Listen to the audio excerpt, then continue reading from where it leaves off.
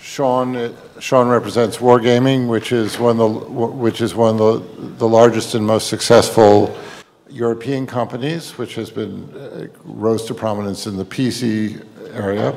And Shanti represents FunPlus, which was birthed in Silicon Valley and cut its initial chops in mobile. Both of them have strong Asian roots. Sean was previously with Tencent of China, and Shanti was previously with GRI out of Japan. I'm Eric Goldberg. I've been in the games field for 35 years, and I've been an advisor to or board member to a number of companies, including Playdom, Pixelberry, and PlaySpan, which have exited in the last several years. Before we dive into the matter, let's get a sense so that we can tailor the content to what your interests are. How many of you are primarily game developers? Please raise your hand. How many are with game publishers? Okay. How many are service providers? Okay. And if you're not sure, don't raise your hand. No. Okay, thank you. We thought this would be so developers and to secondary and service providers. So several of the key changes that have occurred with the strategic landscape is that as recently as the late 2000s, there were only five companies that had market capitalizations of over $1 billion. There are now over 20. Newzoo, in its listing of public companies, lists at 25 that are at the billion or higher mark. So it is a much different and much more mature market with a lot of people a lot of strategics who are out there looking to see who are the up-and-coming companies, looking to invest, looking to acquire, and looking to make alliances. Briefly, I'd like to have Shanti, who has also been an angel investor, describe what the current temperature is for in terms of strategics looking for companies. What are you generally looking at these days? Yeah, so I'd say the temperature is increasingly warm. Depends on what part of the industry you're in and how kind of developed your company might be.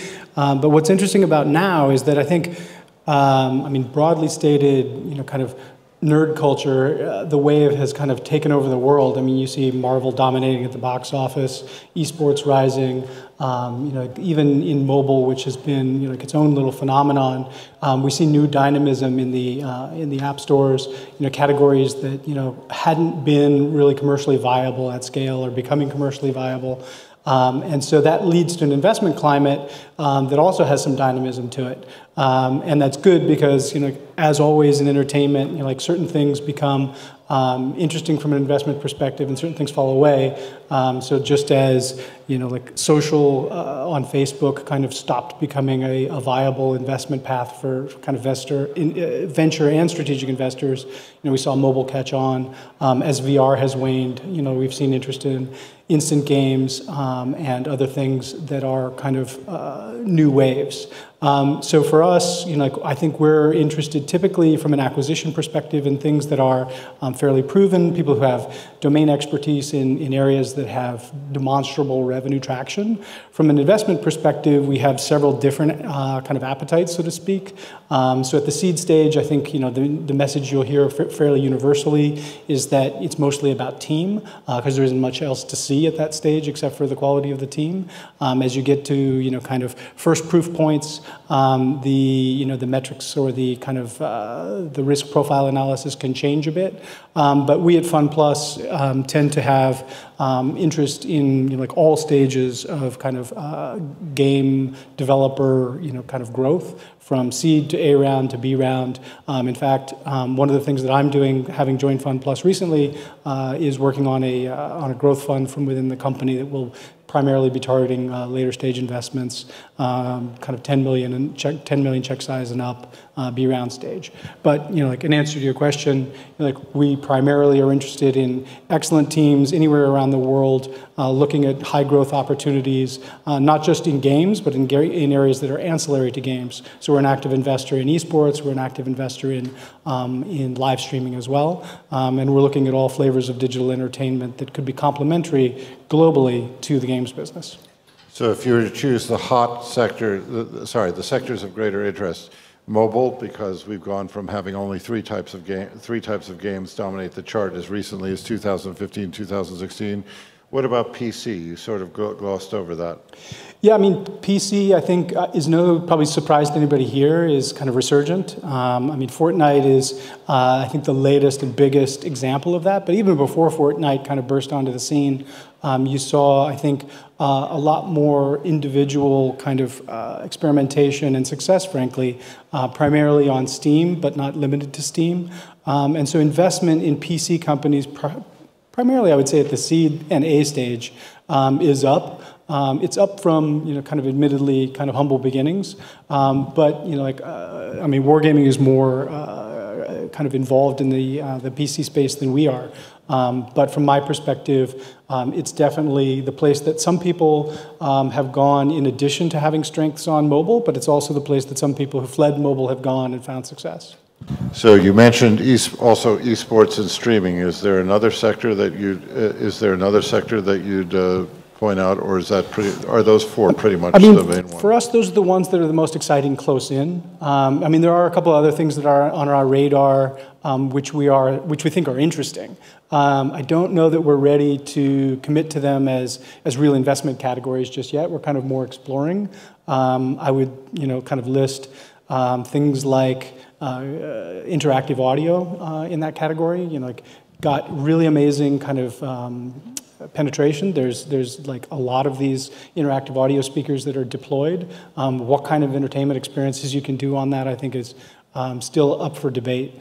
But that's like one of these things that, like I did a deep dive on it last year. Thought it was super interesting. Would still love to find a really viable business there, but haven't found one that I can really kind of sink my teeth into just yet. But in the near term, there's a lot of dynamism in mobile still. PC, as you said. For us, esports, some people think esports is early, some people think esports is late. I think esports as a frame is arguably like not big enough. I think the use of games as a kind of creative medium to kind of tell stories on video is a better frame. It's not a very poppy one. Esports sounds a lot more easy to digest. But I've seen kind of examples of things that aren't technically competitive in the way that sports are, being emergent and interesting across, kind of the intersection of video and games. So I think there's, the user numbers there are dramatic. Whether or not you can create something that's engaging that monetizes is really the question. Okay. Sean, obviously, you have paid attention to the PC field closely because that's your company's core business. But can you briefly discuss which are the areas of greatest interest or growth from your perspective? Well, I guess the traditional way of answering questions like this is speaking within the boundaries and frameworks of PC. But a perspective I've always kind of maintained for a number of years was I wasn't always part of the industry. 10 plus years ago, when I first entered the game industry, I was a bit shocked and frustrated at how so many industry players, whether they're developers or publishers, were so entrenched in this concept of platform. What I mean is, PC developers were very PC-oriented, mobile developers were very mobile-oriented, console developers very console-oriented, and they had, in a way, almost a mental block that prevented them from thinking really from the perspective of the players. And I think it was just because of their years of experience dealing with the technology, the ecosystem, the business rules of platform owners, guidelines and whatnot, that they have this. And it was bizarre for me coming in from the outside looking at that. Now, having been in the industry for a while, I find myself getting more entrenched with that view as well. But I want us to think about breaking away from it. What I mean by that is I don't even want to refer to like recent examples of Fortnite and the cross-platform play. Dean Takahashi's here from GamesBeat as well. I remember a few years back, we had a bit of a discussion and debate on, I think I had posed a question of why can't Uncharted 4 be played on your mobile device? Why not? Why is that such a hard thing to do? And I think we're now at a point where it's becoming more fathomable for us to think about these kinds of things as we see devices get more powerful and consumers become more sophisticated in their interactions. Recently, this morning, I was talking to somebody from the industry. We're talking about how the younger generation of our consumers, 10, 11, 12, 13-year-olds, they've never touched a controller. They've never touched a mouse and keyboard. They're playing like we do on a mouse and keyboard, Counter-Strike, a mobile game, which is a shooter. And so I guess summing all of this up and trying to answer your question, I'm really trying to think away from this concept of PC as a platform, mobile as a platform. Just look at it as much as you can as a pure entertainment perspective from the consumer. The average consumer, the 12-year-old, 15-year-old, 20-year-old, they don't care whether you're using Unreal on a Microsoft walled garden or PC, Steam, whatnot. It's a perspective I maintain very strongly. Yes, but one of the things that, I mean, 5 years ago, we wanted to have convergence, and we want to have we want to have something that Fortnite will be playable on any device on demand, including a calculator. The issue is that games play very differently if your screen is, let's say, 1/20th the size on a mobile phone as opposed to on a large screen play over there. It's also the amount of time that people are willing to dedicate and so on and so forth. So when I understand what you're talking about. I mean, we all recall that in 2010, 2011, anyone who had grown up with PC or console took 2 to 3 years to be retrained to be able to do effective mobile games. But I still think in terms of most companies, when you look at a developer, they're a lead for one particular sector, or are you finding people who are multi-sector at small size? So I agree and disagree. I agree that even at this moment, there are very strong defining characteristics, whether it's PC or console or mobile or whatnot, but I do see in the very near future a blurring of that line. So the examples you gave, well, play patterns are different or interactions are different. True. But these days, more and more people consume what was traditionally considered big screen experiences on TV, whether it's TV or film or whatnot, on a mobile device. Usage on just games. Game usage and hours spent on games, mobile games, has increased significantly over the past years. It's very common now for people to be sitting in front of next to a plug and playing mobile games for hours, right? So this is kind of an example of what I mean by, I think our generation, I'm not grouping everybody in, but we're more used to the traditional kind of categories of the different platforms. But I do genuinely see a consumer base that is growing up that doesn't really care. There is a distinction between input, whether it's touch or controller, small screen, big screen, those are important. But I do want to point at things like the increasing development that is going into cloud gaming. 5G as an introduction that's going to reduce latency for cloud gaming experiences. End of the day, does it matter what the back-end technology is that drives experience? The cloud stream gaming experience can be minorly tweaked and adjusted for big screen output versus small screen output. And I think I do believe it's a natural direction to go. So I know I'm not answering your question directly, but it's kind of how we at Wargaming want to think about the future. Oh, by the way, as you know, since you and I have shared stage, you know that I would love for convergence to actually occur sooner rather than later. And the point about pay attention to the young cohort who has grown up with games as a mass medium. I mean, in the U.S., games only became to the point where 50% of the population is self-identified as game players as recently as 2009, 2010. And in Europe, I think it actually, I can't remember whether it was 2008 or 2011, but it's roughly around that period. So we have people who've grown up with mass medium. But what does this mean? What does this mean for? I hear the advice you're giving that this is coming, that after years of false starts, this is actually coming sooner, is what I'm hearing. So in another different way of answering your question, when we're out there looking for talented teams and ideas and whatnot, I think it's a little bit less of, yes, there is a leading SKU, so they will be developing for a particular leading SKU, whether it's PC or mobile or console or some other platform. That's very true. But I think what we're looking for is more of, does a team have the particular mindset that is able to take them on a path that is, I hate to use this word, but game as a service? Because at Wargaming, that's the kind of game experience that we like to provide to our consumers, an ongoing experience that is kind of living and breathing. So the focus is a little bit more on, do they have the right mindset, the iterative development philosophy that allows them to create an experience that can land and stick with consumer for years to come, and the ability to execute and provide a continuously fun experience to consumers over years and years and years.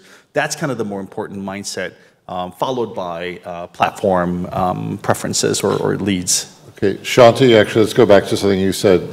At the core commodity you look for, especially at a seed or A level, is a team. Sean has offered a quality for teams which has not been generally brooded about, but can you just summarize quickly what the 2 or 3 things that great team, what you're looking for them to excel at? Presumably one of them is actually game design and development. Yeah, I hate to be put in the position of agreeing with Sean on anything, but unfortunately in this case I have to. So I mean, the team, yes, of course. The thing I'm agreeing with is that the focus on kind of long-term relationship with the player, I mean, like how that's expressed, I think, traditionally in the games business as a franchise and community and things like that, that is, I think, the aspiration of great teams. And, like, the way it evidences itself in the early days kind of varies. So you have to be excellent at, like, having that kind of a vision. But then technically you have to have, not technically, but from a domain expertise perspective, you have to have a bunch of kind of required ingredients. So you have to understand, in order to execute on something like that, you have to understand kind of server-side architecture, you have to understand kind of complex database, you have to understand franchise development, you have to understand UA, you have to have a great game designer. And so it's a modified set of skills from the traditional game industry. So I think if we think about ourselves, how we were when we put games only in boxes, and the types of teams we built for that, it was in a way, particularly on consoles, consumer products mentality, where it had to be perfect and go in the box, and then it was out the door, and it was very kind of tent pole in terms of the marketing. The marketing would hit in one day, and like you'd get 80% of the sales 2 weeks after, within that first 2-week period.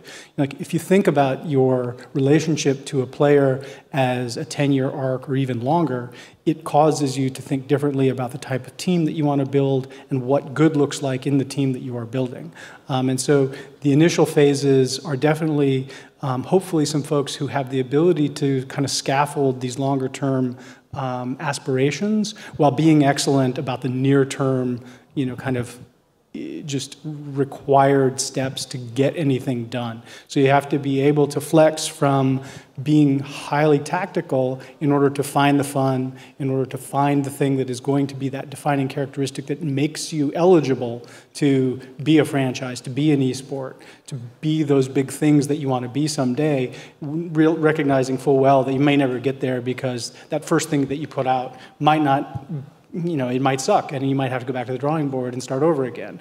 But the thing I think for me that is that defining characteristics of like what does that team look like is the team that kind of has not just the aspiration to do that big, long-term, multi-billion-dollar play, but is extremely egoless and practical about all the steps from here to there. So let's put this a bit more tactical. Every strategic is going to be interested if you achieve profitability and great commercial success, you're all going to kick the tires. When Pixelberry was out there and had sustained itself in the top 25, everyone had to talk to it. Playrix, which obviously did even better than that, which was those were the 2 independents that basically broke in 2016, 2017. Everyone had to talk to them, even though the Russian domicile was an issue in terms of what they could acquire, but everyone had to reach out to them. If you are a company that is either not yet profitable or is not, playing in the top 100, what qualities might get a strategic looking at you? Yeah, so that's a harder kind of position to be in and be, kind of in a position of any, negotiation leverage with a strategic. I just said interest. I just said interest. I understand that you can crush them. No, that's not what I mean at all. I don't like personally to kind of have one-sided conversations. I like to have conversations with people who are, going somewhere interesting and they're looking for a partner to help get them there. And so, that's not the kind of thing I mean. It's just, if you are kind of struggling in your identity, it's harder to have a good conversation with a strategic or anyone else in terms of like how they can help you get there. And so in terms of, the kind of cut and dry technical answer, I suppose, is, it can be an unsatisfying conversation, but it can be about talent, it can be about tech, it can be about some particular kind of more commoditized advantage it might have. But the most important thing that you can kind of have if you want to have a really high quality conversation with a strategic is traction. And so if you don't have traction, then hopefully you're early stage and you have a great team. And that's the most interesting thing at that stage is you have a team that has a vision for somewhere interesting that you want to go and you're looking for a partner to help get you there. But if you are in trouble and you are, kind of some way along the line, it's always going to be a little bit of a troubling conversation for everybody. Let me pick up on one thing you said about identity. There's often, when someone is in trouble, they debate between, this is our hill and we're going to die on it. We want to do this particular type of game, this particular style, versus the Mr. Person with a large checkbook will be anything you want. It sounds like you're recommending for be on a hill and be prepared to die for it. There are multiple ways to survive. You can survive by becoming a contract programming studio, and that is an option. You can look for customers and ask them what are the things that I could help you build. That's an absolutely legitimate way to avoid kind of a company going out of business. That's totally legit. If you're trying to kind of play a more leveraged game, then yeah, you have to have a leveraged destination. You have to have a vision of something that you want to create and be prepared to, quote unquote, die on that hill. If you're an independent studio, your calculus is much different than if you're a venture-backed studio or even a strategic-backed studio. And so if you're independent and you've put your own money in and there are no other investors, you're probably much more likely to choose that contract path because it allows you to kind of like fight another day. If you're a venture-backed, they're probably not going to want you to do that. So in switching to Wargaming, you guys have had a history, and again, as I mentioned before, Sean, I'm more familiar with your U.S. investments of either literally doing almost raw startups, which are assembling a team and backing them, or picking up a company that's lost a certain amount of leverage. I mean, gas-powered games was an obvious example. Going forward, are you willing to? Do you see yourselves taking those sort of relatively risky plays because you like the quality of what the team has, or they fit with your strategic direction? So I think first off, the strategic direction and how a company executes behind it does evolve over its growth cycle. So kind of going back several years, Wargaming at that time was looking for a bit more capacity. We needed talented teams, but also talented teams who could take some of our core ideas and start making it their own and running with it. So that was the kind of opportunities we were looking for around the world. And as we kind of developed that capacity over the years, how we've evolved is shifting a bit more towards teams that are less about capacity per se, but teams who can genuinely stand on their own, create, ideate, originate their own vision around a core game concept or a service idea, ways to engage with the consumers in new and interesting, refreshing ways. I think it comes with our humility that we've gained over the years as well. I think I think in the early days, like all newly successful companies, we did have a bit of hubris around, oh, we're the best game developers out there, which of course was not true.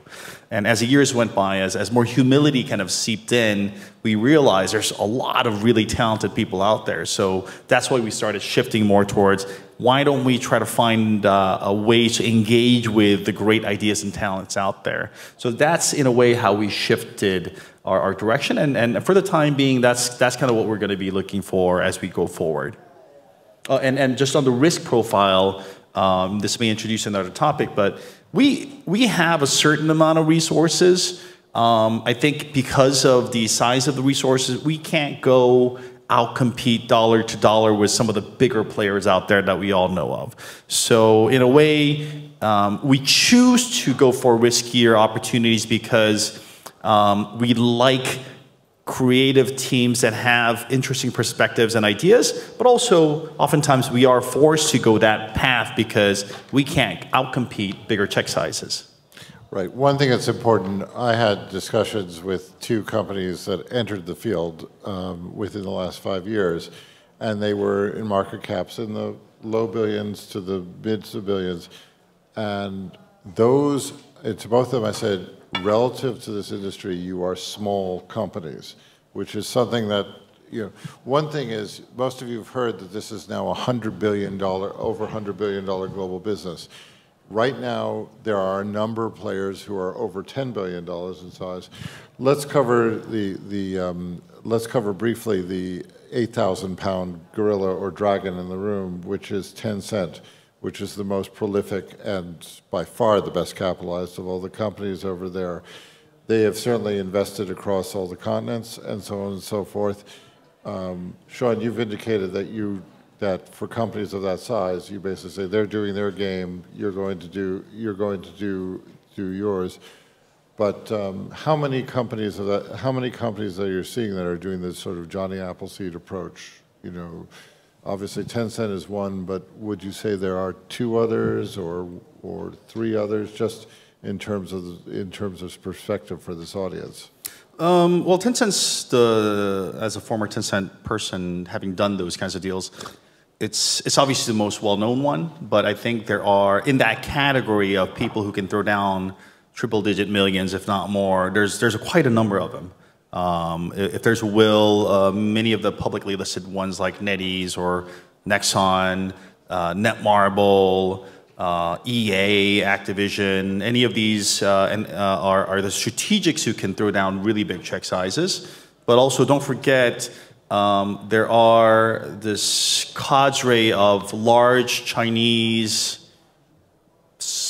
I don't know where the money's coming from, backed companies who are throwing down very large check sizes into our industry.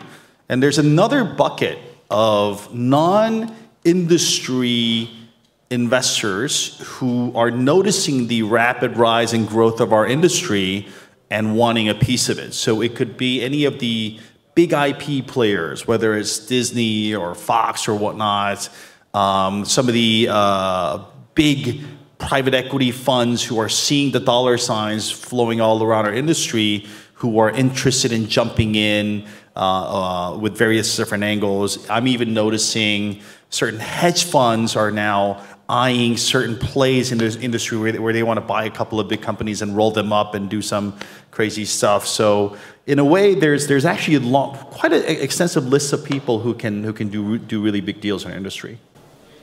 All right, and then let's just do the combine. Obviously, one of the things that your companies can do is that you actually bring strategic value. In other words, you actually know the business and so on and so forth. Shanti, can you describe what are the things that generally, based on past marriages of larger game companies and smaller game companies, what actual value are companies of your size best at providing to development studios or other players that they bring inside?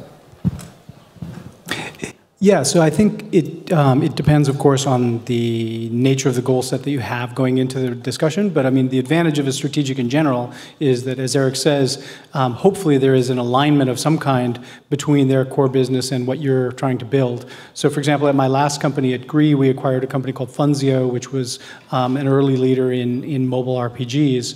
And the reason that that marriage between those two companies worked was we both had a very tactical program that we wanted to run post-acquisition around incorporating live ops into those early leading RPGs at a time when live ops was almost an unknown idea in the West. And it 5x'd the run rate of those games within 9 months.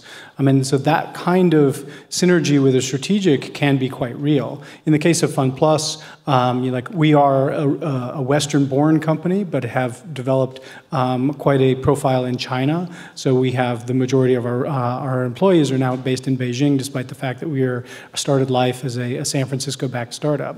And so we have an ability to bring kind of geographic advantages to a partnership. We can do kind of China and Greater Asia market entry on behalf of our partners, but we're also operators in both casual and strategy games on mobile. So we have a lot of tech on the shelf that is potentially reusable. We have a lot of internal operational talent that is potentially applicable across UA, across monetization.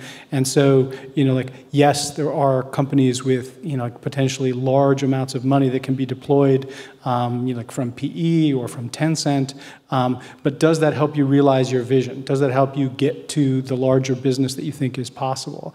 And I think that's the real question that most people should be asking as they contemplate these types of strategic tie-ups is, what's the end state that I want to get to? And then how do I measure each of these potential partners against it? And of course, I hope you consider FunPlus in that equation, but I mean, we have a very specific set of advantages that frankly isn't going to be perfect for everybody, but for the ones that it is, those types of kind of 5x outcomes that I mentioned in the case of my last company are entirely possible. And it is in fact one of the criteria that we measure these types of opportunities by on our side, is this going to be that particular case? We don't have the resources of a Tencent to literally take an option out on the whole industry. So we try to be very conscientious of who we're partnering with and how well we're going to be able to realize the potential of that relationship. So, Sean, you mentioned earlier a variation on the same question. You mentioned the areas where Wargaming learned humility. Where did you find that you were able to contribute value to the companies that you most able to contribute value? So trying to answer that question and commenting on Shanti's perspective as well, I think it's there's a lot of marketing that goes on in the broader industry, especially among the larger strategics. And what I mean by marketing, or it's even selling, is, oh, we can provide A, B, C, D, E, F, G, H, I, J, K, L, M, N, O, P, Q. Right. But I think just addressing some of the developers out here who may be contemplating or talking to strategics, it is important to know that sometimes, or maybe even oftentimes, what is professed to be strategic value add actually doesn't materialize for a number of reasons. So just reflecting back on ourselves as well, I think there was a period when we were kind of offering and thinking we could offer all these value adds. We realized, yes, some of it is very, very valuable. For example, we can help you build a very scalable back-end network architecture that's able to support 1 million PCUs, as an example. But sometimes we would say, hey, we can really help you with monetization, but sometimes it's just not so easy because you're developing an experience that is not in line with what we've done. And as much as we'd like to believe that there's some secret sauce on free-to-play monetization that we can kind of sprinkle around projects, it doesn't work out so well all the time. So kind of addressing your question, I think that the biggest consistent areas where we've been able to give value is giving you confidence or bolstering confidence when you're going down a journey of developing and potentially publishing a free-to-play title. Particularly if you've never done it before, if you don't have that experience, it is a very hairy path to go down. Like, you're spending all this time and effort and money to make a game and you're just going to throw it out there and give it away for free. It's a very difficult concept to visceralize internally. And I think those are the philosophical areas where we've been helpful to the partners we work together with. I'd also like to give Wargaming credit, speaking of humility, at a conference that Dean Takahashi put on. Victor Kisley, who is founder of Wargaming.net, said that they discovered that whenever you did a live ops bureau and a service bureau, you had to devolve authority to whatever the territory it was in.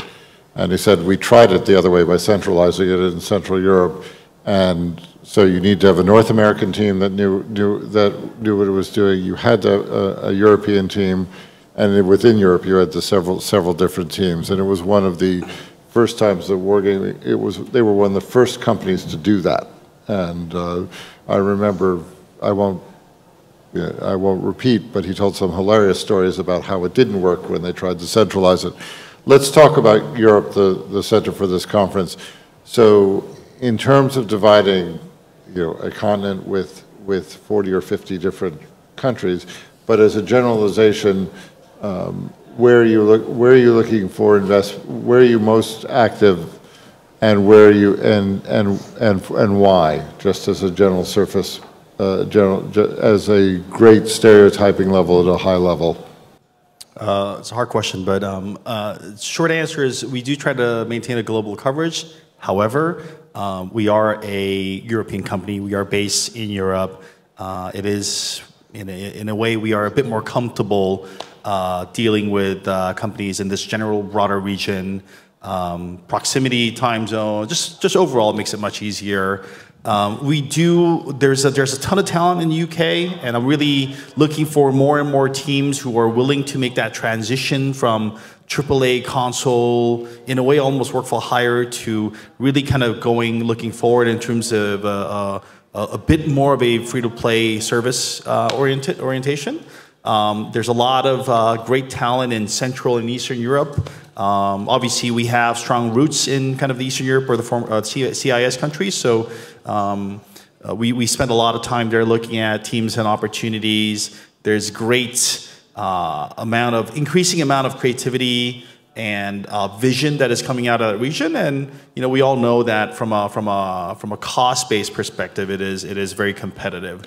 And then obviously there's the continuous output of high-quality ideas and products coming from Northern Europe. So those are the general areas we pay attention to a bit more. But that said, once again, we look at all opportunities, Americas, North and South, Asia Pacific as well. Okay, you didn't mention Southern Europe. Should I assume that there's less activity in Southern Europe? I think there are pockets. I don't know if there's anybody's here from Southern Europe, but there are pockets in Spain, little pockets in Portugal.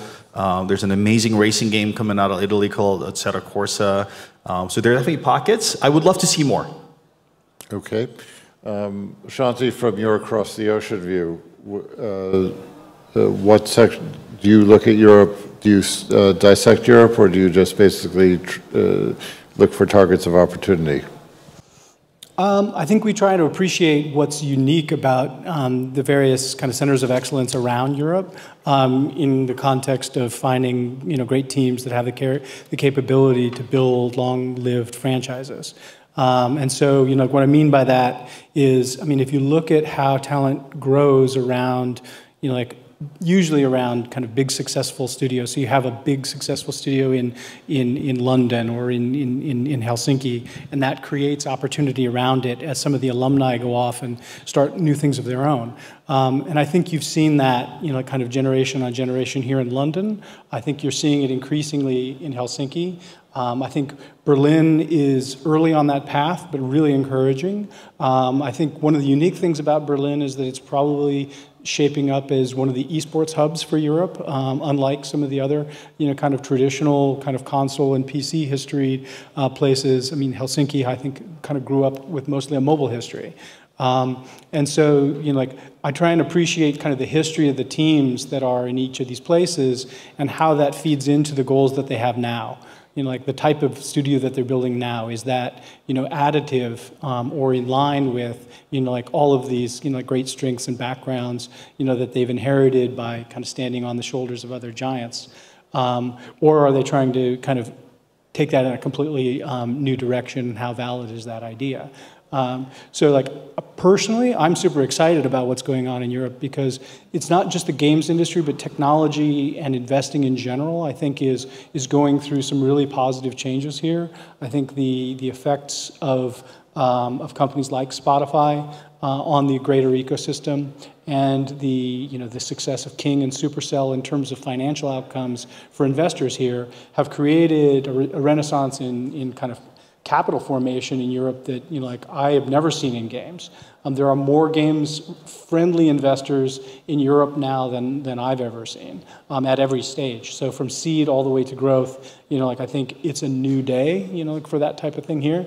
And so for me, I spend a lot of time in Europe for that reason. I think some of the most exciting companies in the business are actually here.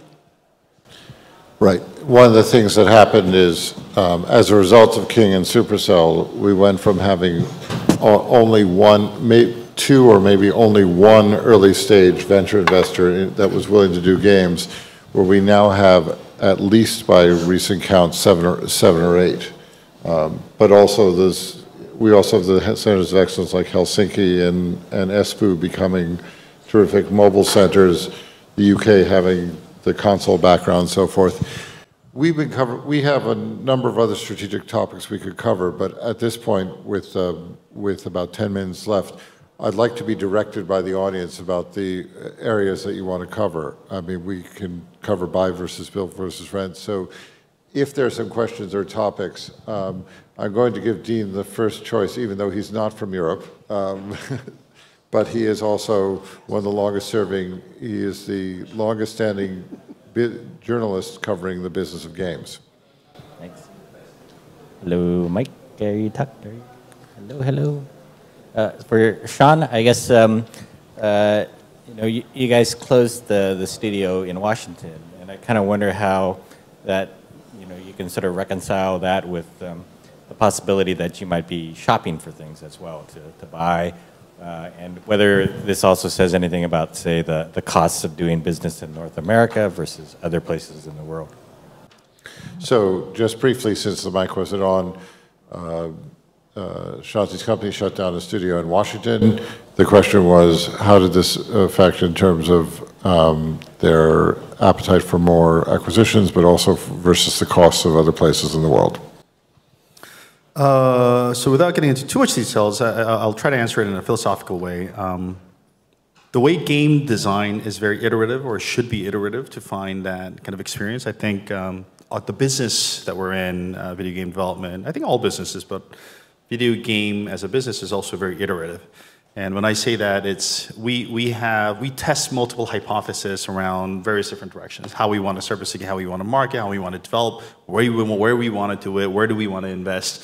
We have various hypotheses that we're continuously testing, and the tests yield certain kinds of results. So yeah, I think it's just a continuous iterative process in how we approach these things. So trying to be a little more direct in answering your question.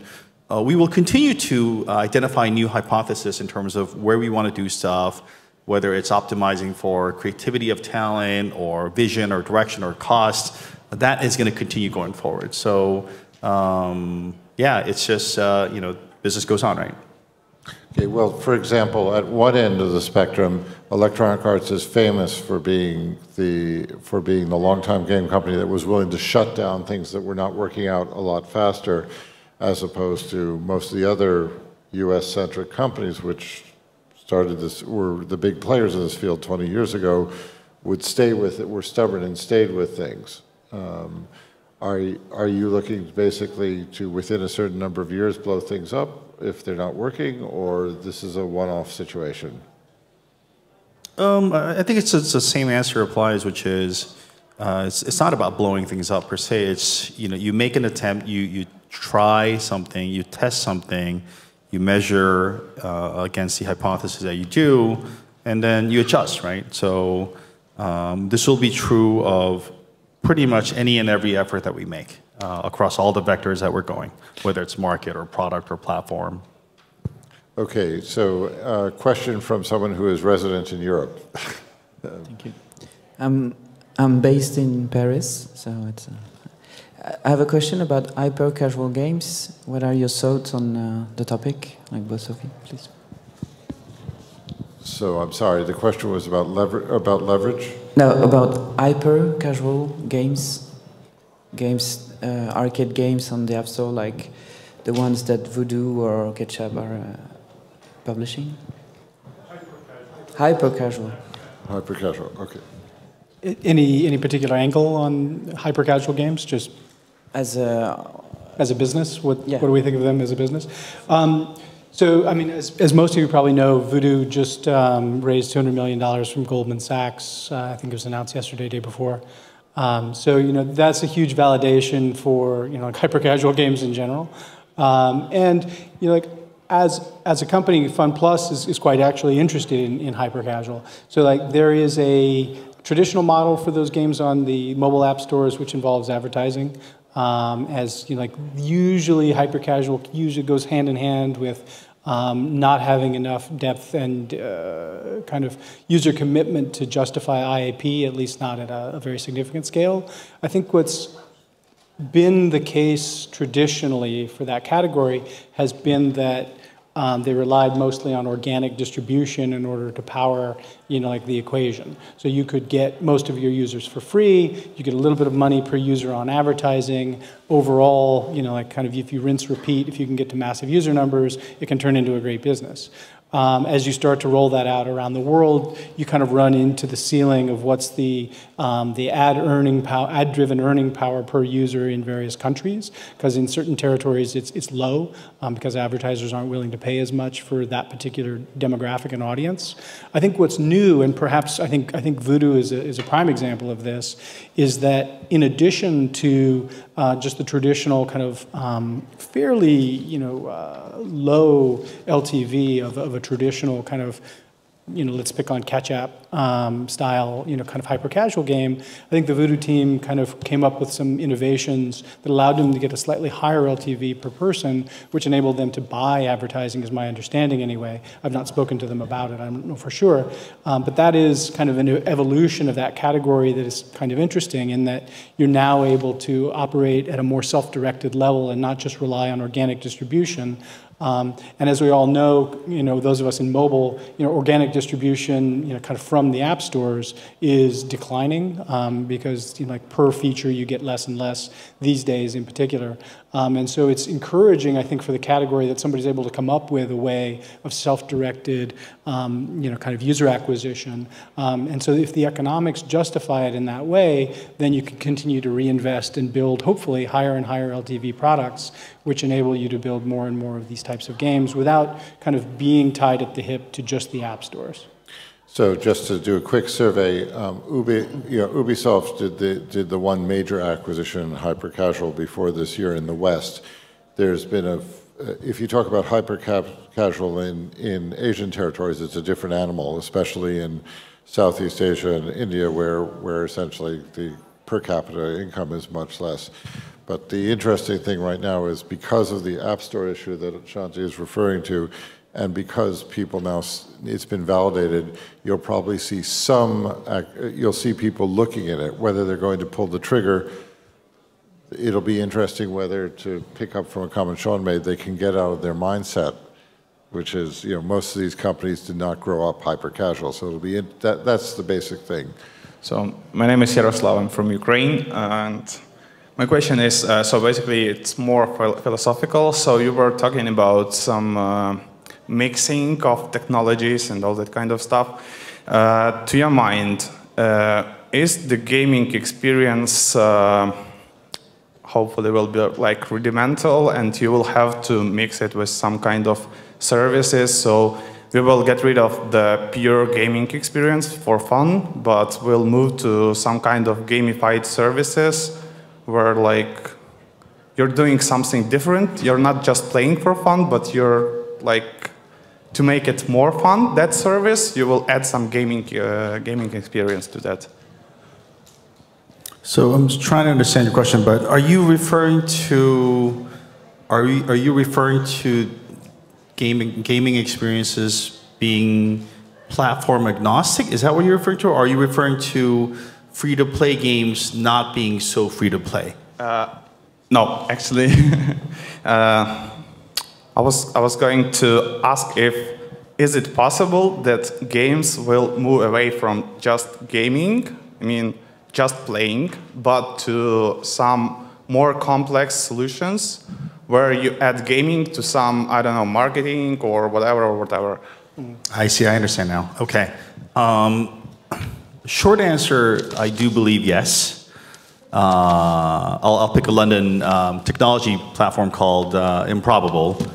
The world that is envisioned by Improbable in their spatial OS is a virtual second universe, is a parallel universe in the gaming experiences. And some of the possibilities that could materialize in a world like that is you're playing a game, you're a character, you're something within that universe, but in a way you're playing a game, but you might be doing something. You might actually be running a gas station in that world, and you're servicing people that are passing by. And so, yes, you're playing a game, but you're not, right? So philosophically, I think those worlds are going to materialize. You can already see that in games like EVE Online or whatnot, very persistent, large-scale universes where people are playing a game, but they're also not, right? So I do think it's going to happen. We're almost out of time. I have one comment on that, if I could. I know we're almost out of time. I'll be real quick.